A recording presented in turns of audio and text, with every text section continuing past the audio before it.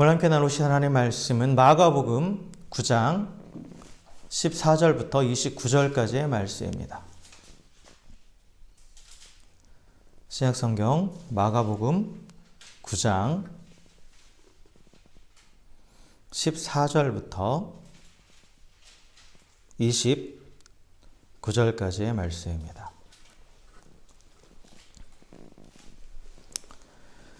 제가 봉독하겠습니다.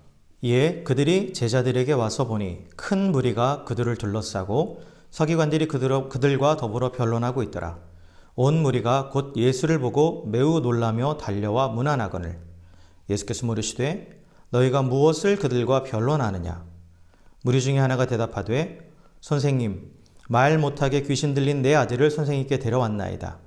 귀신이 어디서든지 그를 잡으면 거꾸러져 거품을 흘리며 이를 갈며 그리고 파리해지는지라. 내가 선생님의 제자들에게 내쫓아달라 하였으나 그들이 능히 하지 못하더이다. 대답하여 이르시되 믿음이 없는 세대여, 내가 얼마나 너희와 함께 있으며 얼마나 너희에게 참으리요. 그를 내게로 데려오라 하시매 이에 데리고 오니 귀신이 예수를 보고 곧 그 아이로 심히 격려를 일으키게 하는지라. 그가 땅에 엎드러져 구르며 거품을 흘리더라. 예수께서 그 아버지에게 물으시되 언제부터 이렇게 되었느냐 하시니 이르되 어릴 때부터니이다.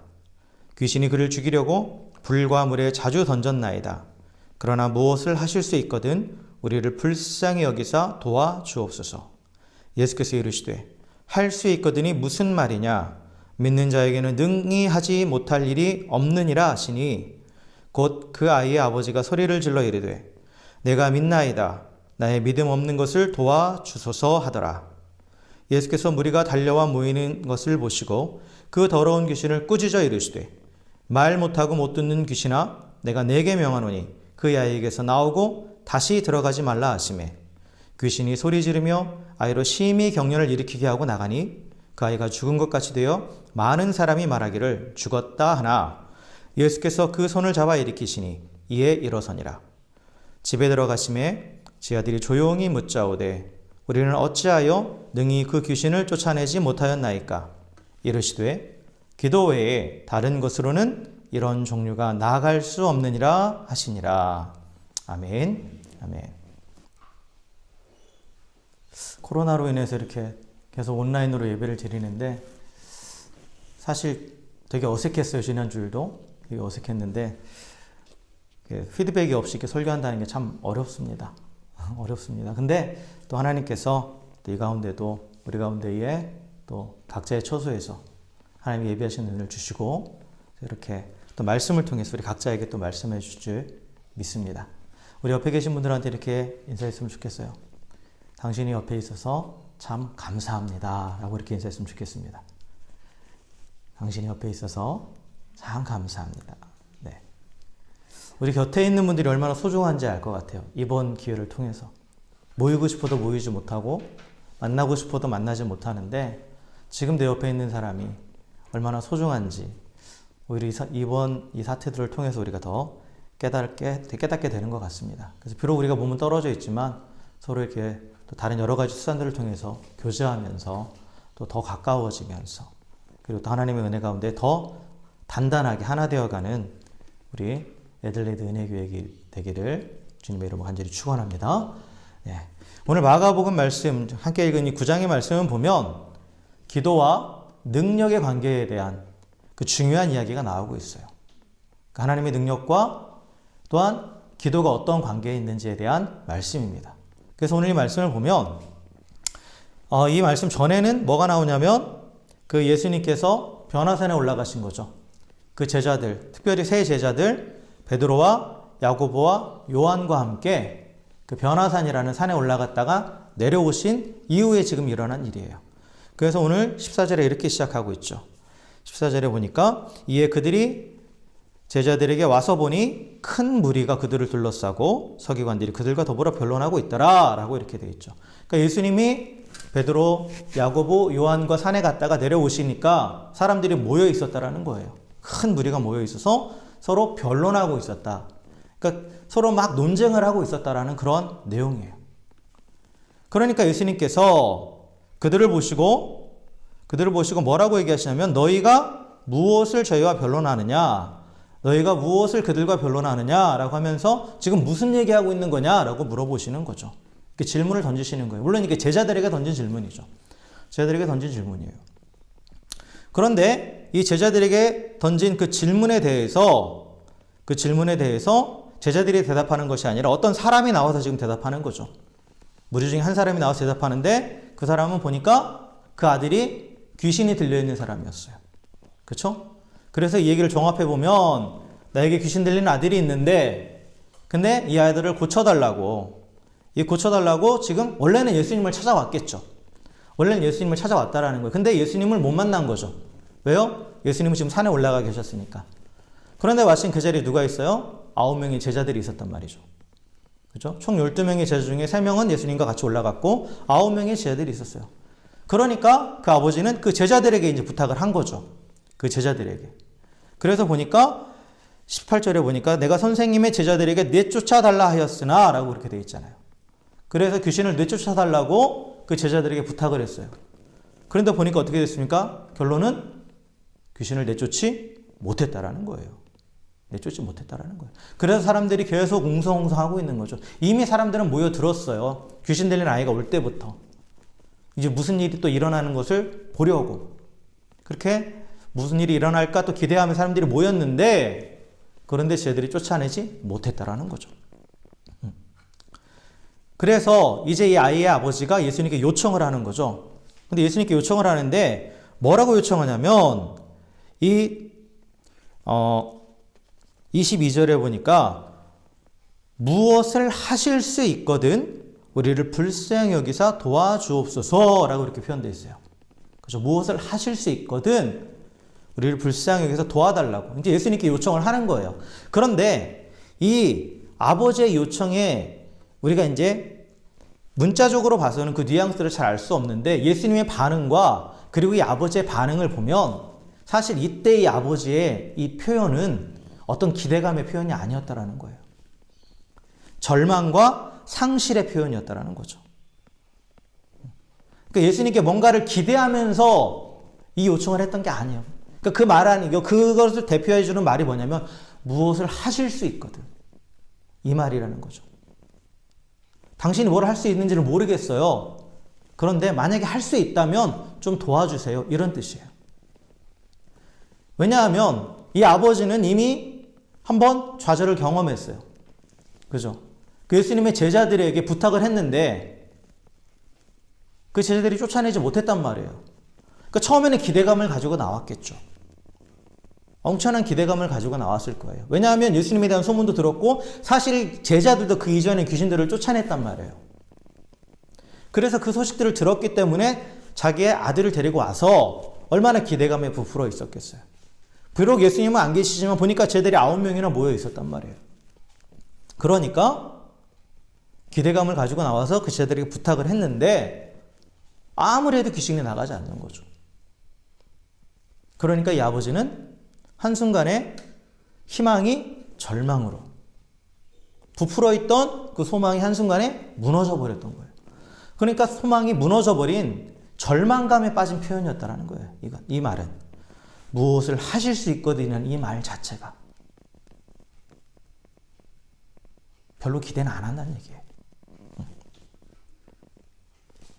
그렇기 때문에 지금 이 요청 자체는 믿음의 표현이 아니에요. 사실 자신의 그냥 솔직한 감정의 표현인 거죠. 감정의 표현인 거예요. 그런데 예수님께서 이때 분명히 말씀하시죠. 뭐라고 말씀하십니까? 할 수 있거든이 무슨 말이냐라고 말하는 거죠. 그러니까 예수님께서 지금 무엇을 지적하시는 거냐면 이 아버지의 태도를 지적하시는 거예요. 이 아버지의 태도. 지금 너의 태도는 전혀 믿음의 태도가 아니라는 거죠. 그냥 넋두리 하고 있는 거라는 거예요. 그냥 넋두리 하고 있는 거라는 거죠. 예수님께. 그러면서 할 수 있거든이 무슨 말이냐 하면서 딱 호통을 치시는 거예요. 그리고 나서 무엇을 말씀하십니까? 믿는 자에게는 능치 못할 일이 없느니라 라고 말씀하시죠. 믿는 자에게 능치 못할 일이 없느니라. 이 말씀 안에 숨겨진 의미는 뭐예요? 지금 네가 나한테 요청하는 건 전혀 믿음 없는 요청이고 너의 태도는 전혀 믿음이 없는 태도인데 그러나 믿는 자에게 능치 못함이 없다라고 지금 선포하시죠. 근데 여기서 우리가 이 말씀을 잘 이해하셔야 돼요. 믿는 자에게 능치 못함이 없다라는 이 말은 믿는 자에게 어떤 능력이 있다라는 그런 것을 표현하는 말이 절대 아니에요. 이걸 오해하시면 안 돼요. 이 말씀은 무슨 의미냐면 믿음을 가진 자를 긍휼히 여기셔서 은혜를 베푸시는 하나님의 능력을 말하는 거예요. 그러니까 믿는 자에게 어떤 슈퍼파워, 어떠한 초자연적인 힘이 있다라는 게 아니라 그 믿는 자에게 하나님께서 그를 불쌍히 여기시고 그에게 은혜를 베푸셔서 이 땅 가운데 보여주시는 그런 하나님의 능력이 나타난다라는 그런 표현이에요. 그게 바로 믿는 자에게 능치 못함이 없다라는 표현이죠. 그러니까 이 표현을 우리가 잘못하면 오해할 수 있어요. 그러니까 내가 믿으니까 나는 뭐든지 할 수 있어. 이게 아니에요. 이런 말이 아니라는 거죠.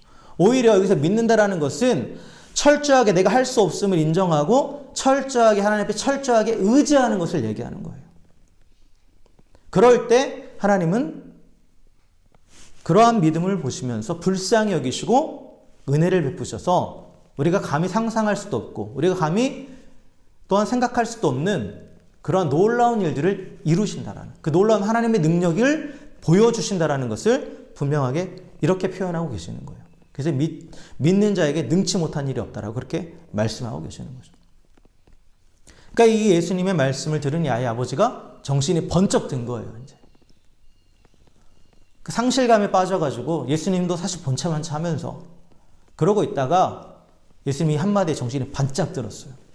그러면서 뭐라고 말합니까? 내가 믿나이다라고 하죠. 내가 믿나이다. 근데 그 뒤에 고백이 더 귀한 고백이에요. 내가 믿습니다. 나의 믿음 없음을 불쌍히 여기고 도와달라고. 그렇게 얘기하죠. 내가 믿기는 믿어요. 근데 이게 솔직한 고백이에요. 그런데 사실 내가 믿음이 없어요. 그러니까 믿고 싶어요. 그런데 믿음이 없어요. 도와주세요. 라고 그렇게 고백하고 있는 거죠. 겸손한 기도를 하는 거예요. 이 아이의 아버지 입장에서는 이렇게 얘기할 수도 있어요. 내가 처음에 믿음으로 나왔어요. 근데 아무 일도 일어나지 않았잖아요. 그러니까 내가 지금 이렇게 하는 것은 당연해요. 라고 그렇게 얘기할 수 있어요. 그죠? 믿음을 가지고 나왔었단 말이에요. 처음에는. 근데 일어나지 않았어요. 아무 일도. 그래서 절망에 빠졌는데 그것을 자신이 변호할 수 있어요. 변론할 수 있어요. 충분히 그 상황에 대해서 얘기할 수 있어요. 그런데 이 아이는 예수님의 말씀을 듣고 이 아이 아버지는 정신을 차린 거예요. 그러면서 내가 지금 내 감정에 빠져서 내가 진정 의지해야 될 대상을 보지 못하고 있다는 것을 깨달은 거죠. 그런데 또 한편으로는 이 절망적인 상황 가운데 내가 믿고 싶은데 믿어지지 않는다는 것도 고백하는 거예요. 이게 진정한 고백이죠. 이게 사실 진실한 고백이에요. 하나님은 우리의 믿음을 보십니다. 분명히 우리의 믿음을 보세요. 그리고 우리의 믿음을 요구하세요. 그런데 동시에 하나님은 우리의 믿음 없음을 또한 불쌍히 여기시는 분입니다. 우리가 믿음 없다고 해서 호통치시는 분이 아니라 그 믿음 없음에 대해서 불쌍히 여기시는 분이라는 거예요. 그래서 우리가 여기서 한 가지 분명하게 짚고 넘어갈 게 뭐냐면 사실 우리가 기도하면서 믿음으로 기도하면 하나님께서 역사하신다. 물론 이 표현은 완전히 틀린 표현은 아니에요. 그러나 우리가 정확히 알아야 될 건 뭐냐? 내 믿음이 하나님을 움직이는 게 아니에요. 내가 내 믿음을 내세운다는 것 자체도 내 공로를 얘기하는 거예요. 사실. 내가 이만큼 믿었으니까 하나님 일하시는 거죠. 이 겸손한 표현인 것 같지만 이거는 나의 공로를 얘기하는 거예요. 어떻게 보면. 내가 이만큼 믿었다라고. 하나님이 우리 가운데 역사하시고 일하시는 건 사실 엄밀히 말하면 우리의 믿음 때문이 아니라는 거예요. 하나님이 보시기에 우리의 믿음은 정말 겨자씨만도 못한 믿음이에요. 사실. 하나님이 요구하시는 수준에 하나도 미치지 못하는 믿음이에요. 우리가 아무리 내 믿음을 내세운다고 해도. 상황과 환경에 따라서 너무나 쉽게 흔들리잖아요. 사실. 그럼에도 불구하고 우리가 믿음으로 기도하면 하나님께서 응답하신다라는 그 말씀을 확신하고 응답을 기대할 수 있는 이유는 무엇이냐? 비록 주님의 기준에서 하나님의 기준에서 한없이 부족한 믿음임에도 불구하고 하나님은 그러한 믿음 없음을 불쌍히 여기신다는 거예요. 그리고 정말 그 미약한 믿음만이라도 귀하게 보신다라는 거죠. 그래서 너에게 겨자씨만한 믿음만 있어도 하나님께서 역사하신다라는 표현을 쓰잖아요. 눈에 보이지 않는 거예요, 사실 겨자씨는. 근데 그런 아주 약한 믿음에도 하나님은 우리를 불쌍히 여기시고 긍휼히 여기셔서 하나님께서 은혜를 베푸시고 하나님 역사하신다라는 거예요. 그래서 하나님의 기도 응답을 우리가 기대할 수 있는 이유는 뭐냐? 우리의 믿음이 아니라 하나님의 사랑이에요. 하나님의 자비와 은혜 때문에 우리는 우리의 연약한 믿음에도 불구하고 응답하신 하나님을 기대할 수 있다라는 거예요. 그래서 나의 믿음 없음조차도 이렇게 너무나 연약한 믿음, 상황에 따라 흔들리는 이 믿음조차도 솔직하게 고백하면서 내가 믿고 싶은데 믿어지지 않아요. 라고 솔직하게 고백하면서 겸손히 우리가 하나님 앞에 구할 때 하나님은 우리에게 믿음을 주신다라는 거예요. 그리고 또한 그 작은 믿음조차도 귀하게 여기시고 그 믿음대로 응답하신다라는 거죠. 우리가 그 사실을 잊어서는 안 된다라는 거예요. 그래서 중요한 건 뭐냐면 내 믿음이 크고 적고가 문제가 아니라 내가 하나님께 구하고 있느냐, 기도하고 있느냐예요. 처음에 예수님께 나왔던 이 아이의 아버지처럼 체념하고 넋두리하는 것이 아니라 비록 신락 같은 희망이고 아주 눈에 보이지 않는 그러한 작은 믿음이지만 그것이라도 발휘해서 하나님 앞에 간구할 때, 예수님 앞에 구할 때 그때 역사가 일어난다는 거죠. 그때 역사가 일어난다는 거예요. 그래서 오늘 말씀을 보니까 정말 부족한 믿음이에요. 스스로도 인정했어요. 나의 믿음 없다고. 그럼에도 불구하고 예수님께서는 그 연약한 믿음을 보시면서 정말 겨자씨만한 보이지 않는 그 믿음을 통해서 하나님께서, 예수님께서 반응을 하신 거죠. 그 아버지의 간구를 들으신 거예요. 간구를 들으시고 그 기도를 들으시고 그 더러운 영을 꾸짖으시죠. 아이에게서 나오고 다시는 들어가지 말라고 그렇게 명령하셨습니다. 그 즉시 귀신이 아이에게서 떠나갔습니다. 할렐루야. 떠나갔다라는 거예요. 그 즉시. 그래서 이 아이는 한순간에 치료가 된 거죠. 온전케 된 거예요. 그리고 예수님께서 다시 들어가지 말라고까지 명령하셨어요. 온전한 상태가 유지되게 말씀해 주신 거죠. 그래서 아이는 치료됐고 아버지는 미약한 믿음이지만 그러나 예수님께 그 믿음을 가지고 나아갔을 때 긍휼히 여기시는 그 주님의 은혜로 인해서 또 자신이 소원하고 간구했던 그 기도가 응답되는 역사를 맛봤어요. 해피엔딩이죠. 그죠? 모두가 다 해피하게 이야기가 마무리됩니다. 그런데 사실 오늘 이야기는 이 아이의 아버지와 또 다른 사람들에 대한 이야기예요. 믿음 없음을 고백했던 아이의 아버지, 그리고 또 다른 사람들이 지금 여기 또 뒤에 이야기가 전개되죠. 그게 누구냐면 제자들이에요. 제자들. 예수님께서 하신 이 말씀들의 내용들은 항상 이중적인 의미를 가지고 있는데 여기서 보면 이 아이의 아버지와 동시에 누구를 향한 말씀이냐면 제자들을 향한 말씀이에요. 제자들을 향한 말씀. 사실 이 이야기가 그냥 아이와 귀신 들린 아이와 아버지에게만 초점이 있다면 여기서 끝나면 돼요. 그죠? 끝나면 돼요. 그런데 이 뒤에 얘기가 이어지죠. 이 뒤에 이야기가 이어져요. 연속선상에 있는 이야기죠. 사실 모두가 행복하게 돌아갔어요. 하루가 끝났죠. 근데 행복하지 않은 사람들이 있죠. 누구죠? 제자들이에요. 제자들은 행복하지 않아요. 사람들은 예수님의 능력을 보면서 예수님 참 메시아다 뭐 또 여러 가지 생각들 하면서 돌아갔을 거예요. 귀신이 또 쫓겨나가는 모습을 보면서 놀라운 기적들을 보면서 아이들은 말할 것도 없고 아버지도 말할 것도 없이 그들은 다 행복하게 돌아갔을 거예요. 그러나 제자들만은, 예수님 곁에 있는 제자들만은 지금 행복하지 않죠. 심각한 문제 가운데 빠진 거예요. 다시 앞으로 얘기를 돌아가 보면 사실 이야기가 지금 쭉 진행되기 전에 앞에 부분에 보면 제자들이 쫓아내지 못한 거죠. 귀신을 쫓아냈다라면 지금 이 사건은 더 이상 없는 거예요. 그렇죠? 근데 귀신을 쫓아내지 못했다라는 거예요. 수많은 사람들이 모여 있는데 제자들은 귀신을 쫓아내지 못했어요. 수많은 사람들 앞에서 어떻게 보면 망신을 당한 거죠. 망신을 당한 거예요. 그런데 우리가 마가복음 3장에도 보고 6장에도 보면 이미 예수님은 제자들에게 귀신을 쫓아내는 권세를 주셨습니다. 처음부터 주셨어요.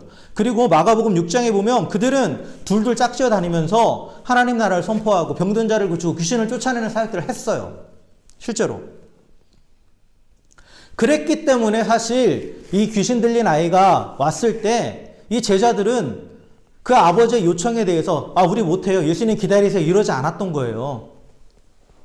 이미 경험이 있잖아요. 그렇기 때문에 당연히 할 수 있다고 생각했겠죠. 그리고 그 제자들이 지금 9명이나 모여있단 말이에요. 9명이나. 당연히 할 수 있을 거라고 생각을 했죠. 그런데 실패했다라는 거예요. 실패했다라는 거예요. 그리고 사람들이 모여들었던 사람들도 그 아이의 아버지뿐만 아니라 모여들었던 사람들도 이미 제자들이 귀신을 쫓아내는 사역들을 하고 다닌다는 걸 알았단 말이에요. 그래서 당연히 귀신을 쫓아낼 거라고 생각을 했겠죠. 그러니까 아이 아버지 실망도 더 컸던 거고. 근데 주변의 사람들 그래서 이제 헷갈리기 시작하는 거예요. 그래서 뭐가 일어난 거예요? 여기 보니까 변론하고 있다라고 논쟁이 일어나게 된 거예요.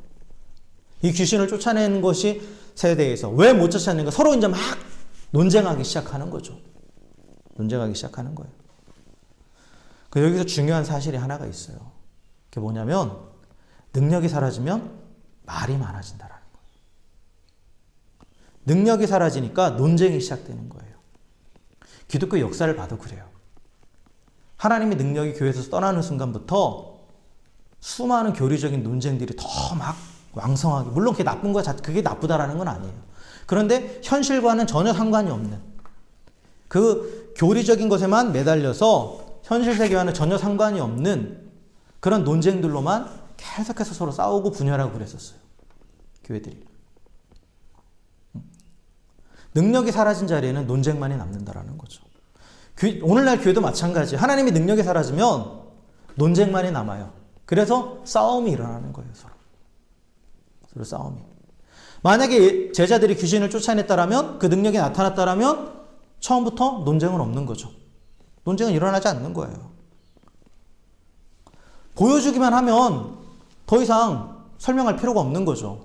그러니까 예수님의 제자들이 서기관들, 다른 사람들과 변론하는 건 뭐예요? 니들이 예전에 귀신 쫓아낸 거 맞아? 이런 거죠. 니들이 어떻게 예전에 그랬어? 이러면서 싸우는 거죠. 이러면서 싸우는 거란 말이에요. 근데 귀신을 쫓아냈다라면 어느 누구도 의심하지 않는 거예요.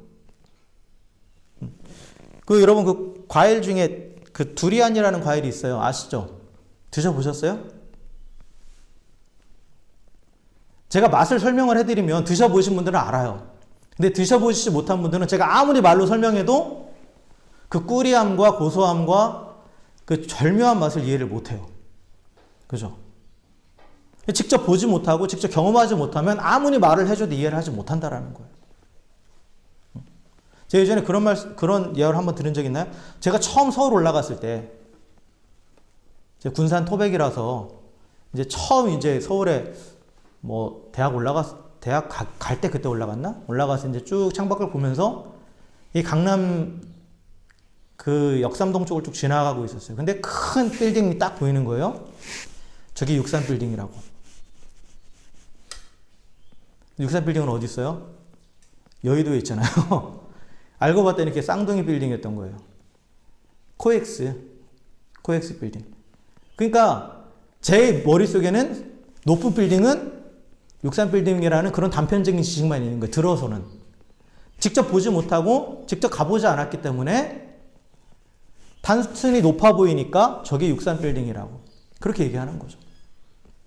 그러니까 아무리 말을 많이 해도 직접 보고 경험하지 않으면 확신할 수 없고 정확하게 알지 못한다는 거예요. 그리고 아무리 논쟁을 한다고 해도 증거를 딱 보여주고 눈앞에 딱 보여주면 그 논쟁은 사라지게 돼 있는 거예요. 그렇죠? 그래서 많은 말은 능력이 없음을 오히려 반증하는 것이고, 그리고 능력을 보여주면 말은 줄어들게 돼 있다는 거예요. 즉 하나님의 능력이 나타나면 설명이 필요 없는 거죠, 사실. 그래서 제자들에게 지금 필요했던 건 이 사람들의 논쟁을 막을 능력이 필요했던 거예요.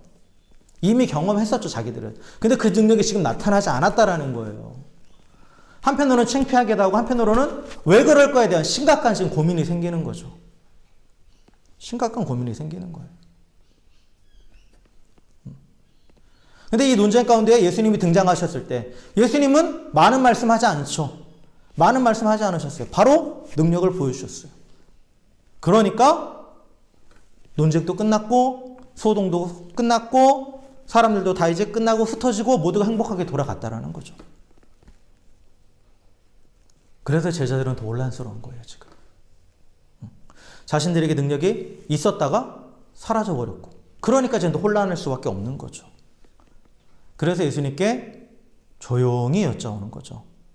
오늘 28절에 보니까 집에 들어가심에 제자들이 조용히 묻자오되 우리가 어찌하여 능히 그 귀신을 쫓아내지 못하였나이까? 라고 물어보죠. 심각한 고민인 거예요. 그런데 사실 이 고민은 우리도 하는 거예요. 우리도 하는 겁니다. 어느 때는 내가 정말 영적으로 하나님의 은혜가 넘치다가 어느 순간 갑자기 냉랭해질 때도 있고, 그죠?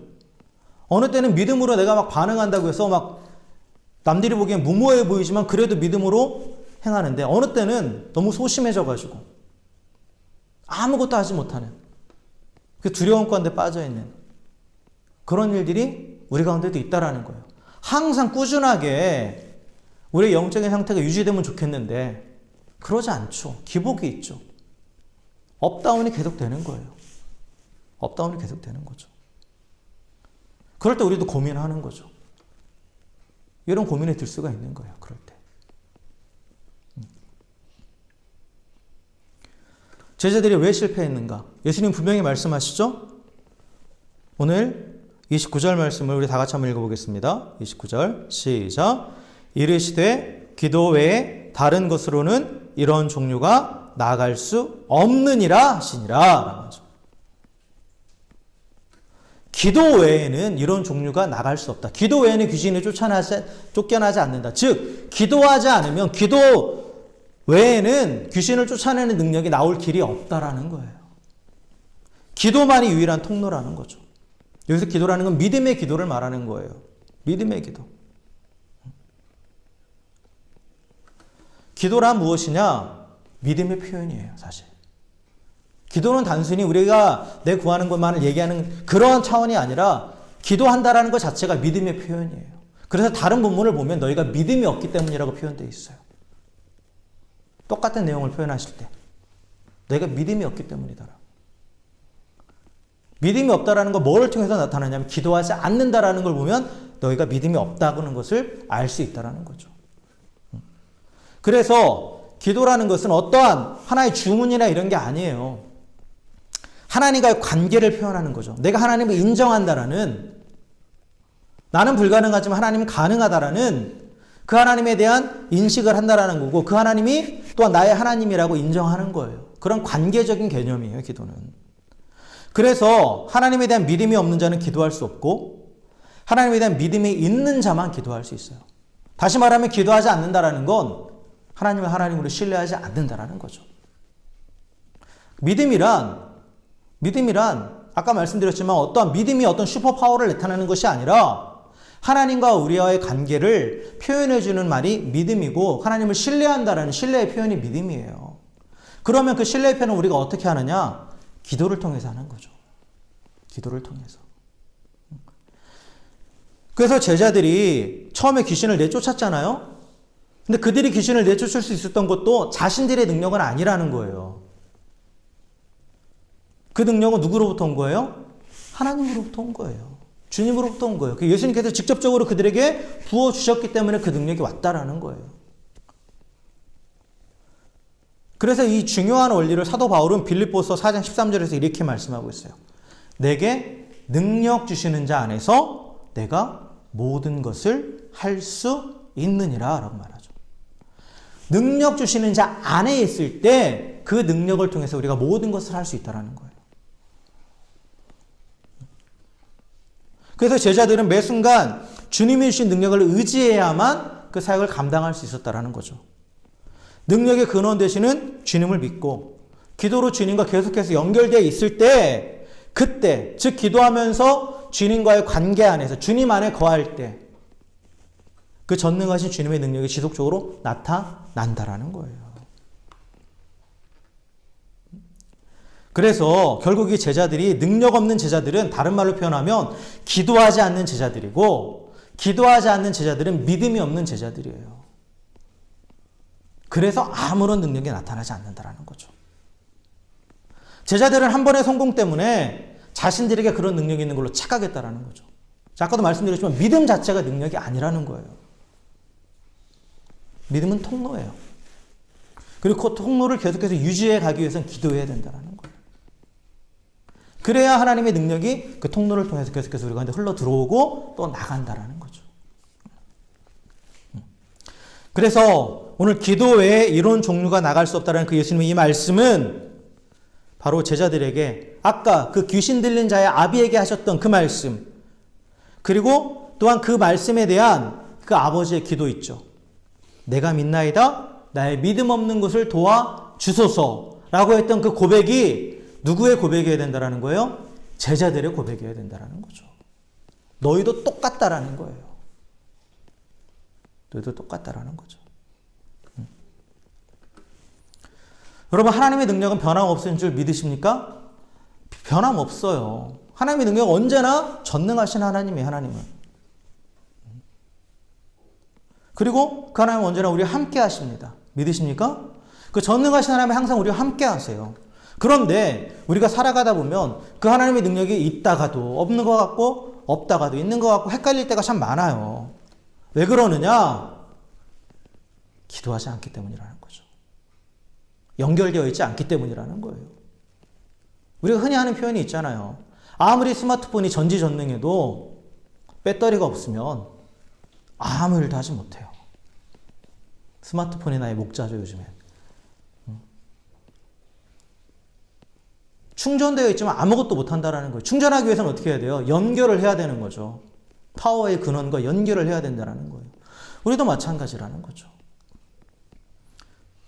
우리의 모든 능력의 근원 되시는 하나님과 연결되어 있지 않으면, 즉 그 안에 거하지 않으면 당장 오늘 내가 승리했다 할지라도 내일은 똑같은 것에서 실패할 수밖에 없다라는 거예요. 능력의 원천이신 예수님 우리를 떠나신 게 아니고 예수님은 항상 우리와 함께 계시지만 우리가 기도로 연결하지 않기 때문에, 기도로 그 능력의 근원 되시는 예수님께 우리의 파워플러그를 꽂지 않기 때문에 우리 가운데 그 능력이 지속적으로 나타나지 않는다라는 거죠. 즉 무능의 원인은 능력과 연결하지 않음에 있는 거예요. 그래서 우리가 기도해야 된다는 거예요. 기도가 없으면 능력도 없고 기도하지 않으면 아무 일도 일어나지 않습니다. 믿지 않는 사람들 가운데는 기도의 응답을 우연이라고 치부하는 사람들이 있어요. 그런데 윌리엄 템플이라는 사람이 그 기도 운동을 반대하는 자들, 기도의 응답은 우연에 불과하다는 사람들한테 이렇게 얘기했어요. 내가 기도할 때 우연이 일어났다. 그러나 내가 기도하지 않을 때는 우연조차도 일어나지 않았다. 기도하지 않을 때는 우연조차도 일어나지 않는다는 거죠.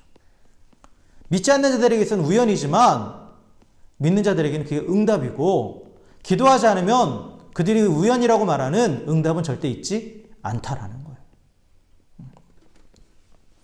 사랑하는 성도 여러분, 우리의 모든 능력의 근원 되시는 하나님께 기도로 나아가 지속적으로 주님과 연결되어 있기를 주의 이름으로 축원합니다.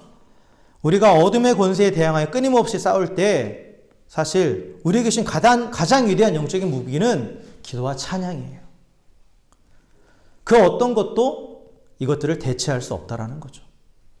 그래서 고린도전서 4장 20절에 이렇게 말해요. 하나님의 나라는 말에 있지 아니하고 오직 능력에 있다라고. 그런데 그 능력은 뭐를 통해서 나타난다고요? 오직 기도를 통해서만 나타난다라는 거예요. 기도를 통해서만. 우리 현실을 돌아봅시다. 너무나 힘든 상황이죠. 정말 눈 뜨면 계속해서 더 나쁜 소식들이 계속 들려오고 있어요.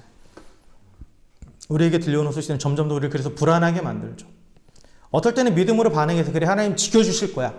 이 상황 가운데 하나님께서 이기게 하실 거야. 우리가 믿음으로 반응을 하는데 또 다른 소식은 또 우리를 절망하게 해요. 그리고 상황은 점점 악화되어 가요. 그럴 때 여러분 어떻게 반응하시겠습니까? 아예 아버지처럼 그냥 절망에 빠져서 아무 기대감 없이 나아가시겠습니까? 아니면 솔직하게 내가 주님을 믿고 싶은데 상황을 보니까 참 믿기 어렵네요. 그러나 나의 믿음 없음을 불쌍히 여겨주세요. 라고 이렇게 기도하며 하나님께 나아가시겠습니다. 우리의 믿음은 상황과 환경에 따라서 흔들릴 수밖에 없는 연약한 믿음입니다. 솔직하게 인정하세요. 저도 그렇습니다. 그러나 우리 하나님은 우리가 그런 흔들리는 연약한 믿음에도 그런 겨자씨만도 못한 그러한 믿음도 불쌍히 여기시고 그 믿음 없음을 인정하며 믿음을 달라고 기도할 때 우리 가운데 믿음을 주시는 좋으신 하나님이신 줄 믿으시기 바랍니다. 우리를 잘 아시는 주님은 우리를 긍휼히 여기시고 은혜를 베풀어 주십니다. 그리고 그 변함없으신 하나님의 능력을 우리 삶 가운데에 나타내실 준비가 이미 다 되어 있으신 분이십니다. 그래서 쉬지 않고 기도함으로 때로는 나의 연약함까지도 때로는 기도할 수 없을 만큼 낙심된 상황에서도 그저 주님 앞에 나가서 주님 하고 그렇게 주님을 찾는 연약함까지도 내려놓는 그러한 기도함으로 능력의 주님 안에 거하시는 저 여러분 되길 주의 이름으로 간절히 축원합니다. 그리고 그 주님이 주시는 능력 안에 접속함으로 날마다 삶의 현장 가운데에 승리하며 나아가시는 우리 모두가 되기를 다시 한번 주의 이름으로 간절히 축원합니다. 함께 기도하겠습니다.